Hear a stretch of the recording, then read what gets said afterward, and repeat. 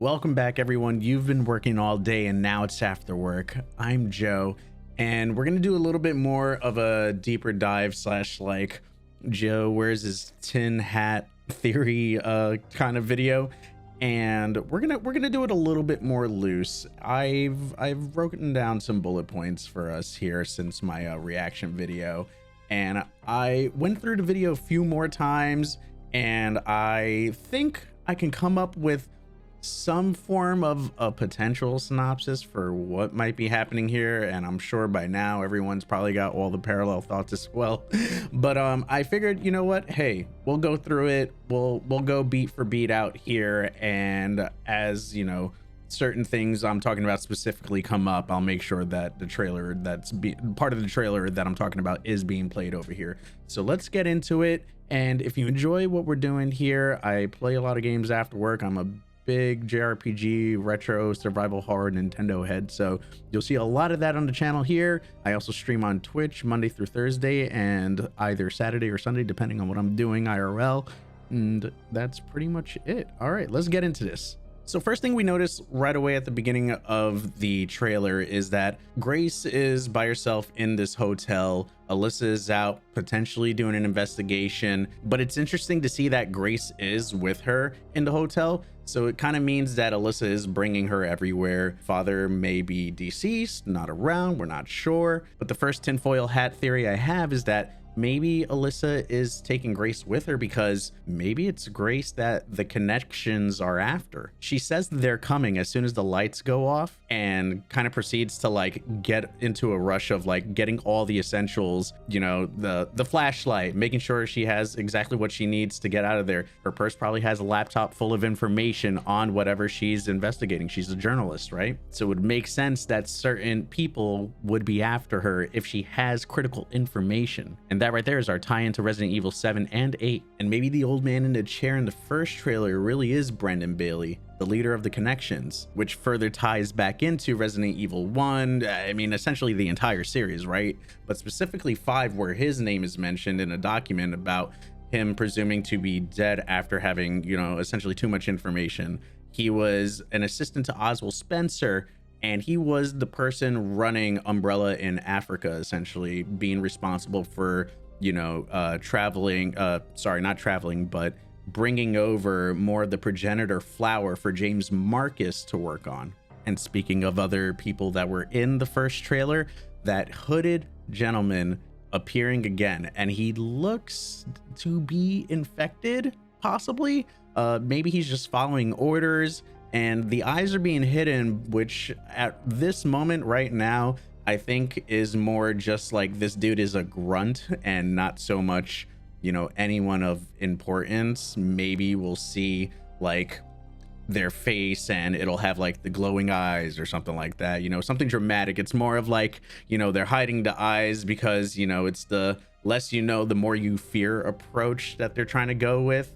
And so maybe, you know, he'll, you know, eventually unmask, and it might, you know, it's possible that it's maybe someone of importance to Grace.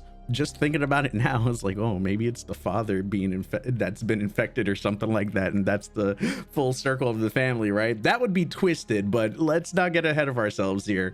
I think for the moment right now, it might just be a regular dude that, you know, might have been referenced in like a missing photo or something like that. The next thing I wanted to mention is Alyssa dying here further confirms this trailer takes place in the Renwood Hotel, which means it's 8 years prior to the game's main story events. So this would take us about to 2018 if the game is assumed to be taking place in 2026. The only reason I say 2026 is because the mainline games since Resident Evil 5, the release dates, or the release years I should say, have coincided with the same year that the game itself is taking place in. That also means this is potentially 2 years after Alyssa's newspaper clipping on the report of all the missing people in Dulvey, Louisiana, the setting for Resident Evil 7. So I don't want to get too ahead of myself, but it seems like Capcom is doing their job in tying in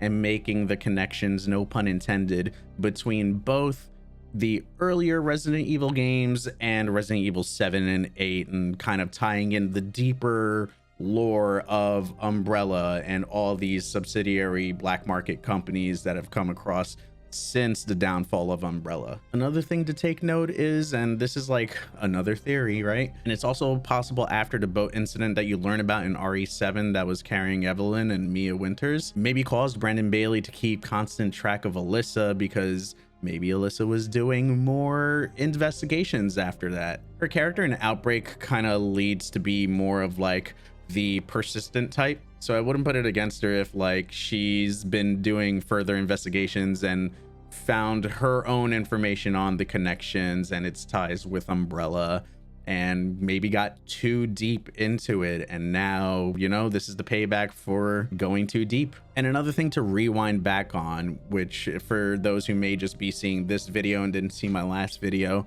Alyssa Ashcroft, she's a character from Resident Evil Outbreak 1 and 2 specifically. She was one of the survivors from that game, and she actually carries the daylight vaccine that you get in that game. She has it within her system, so thereby that's maybe somehow lore wise transferred over to Grace, and maybe that's why she's protecting Grace and why the connections might actually be after her and not Alyssa. It also may seem like that's why they were okay just offing Alyssa, but when you go back to that first trailer, you actually see Grace hanging around upside down with like the bandages on her as if they did surgery on her, and they kept her alive. So there's potentially something within her blood, and maybe the daylight vaccine that Alyssa took plays a role into why she's so meaningful to the connections or whoever this group of enemies are in this game. So that's all I have for this one. I hope you enjoyed it. Hopefully I didn't ramble on too long. I don't know what this is going to edit it down to, but hopefully it's like maybe 10 minutes. Sorry if it's longer than that. I really am excited for Resident Evil 9, and I love going deep into this and kind of coming up with my own stuff along the way of like what it could be. And you know, if we're right, we're right. If we're wrong, hey, you know what, that's just gonna make the surprises for the game even better, right? We're all having a good time here. But I'd love to know what y'all thought about the trailer, how excited everybody is for this game, and let me know in the comments if you've made it this far. What big surprise are you waiting for Capcom to show the next time they share more about this game? And before I clock out, I do stream on Twitch Monday through Thursday, usually start around 7:30 p.m. Eastern time, and usually Saturday or Sunday on the depending on what I'm doing IRL. So if y'all can come by, take a peek. We play a lot of JRPGs, retro, Nintendo, and of course survival horror, and I've been going through a slew of more obscure survival horror games, and I'm gonna use survival horror loose. We've gone through Countdown Vampires, Overblood. We're currently playing Juggernaut right now.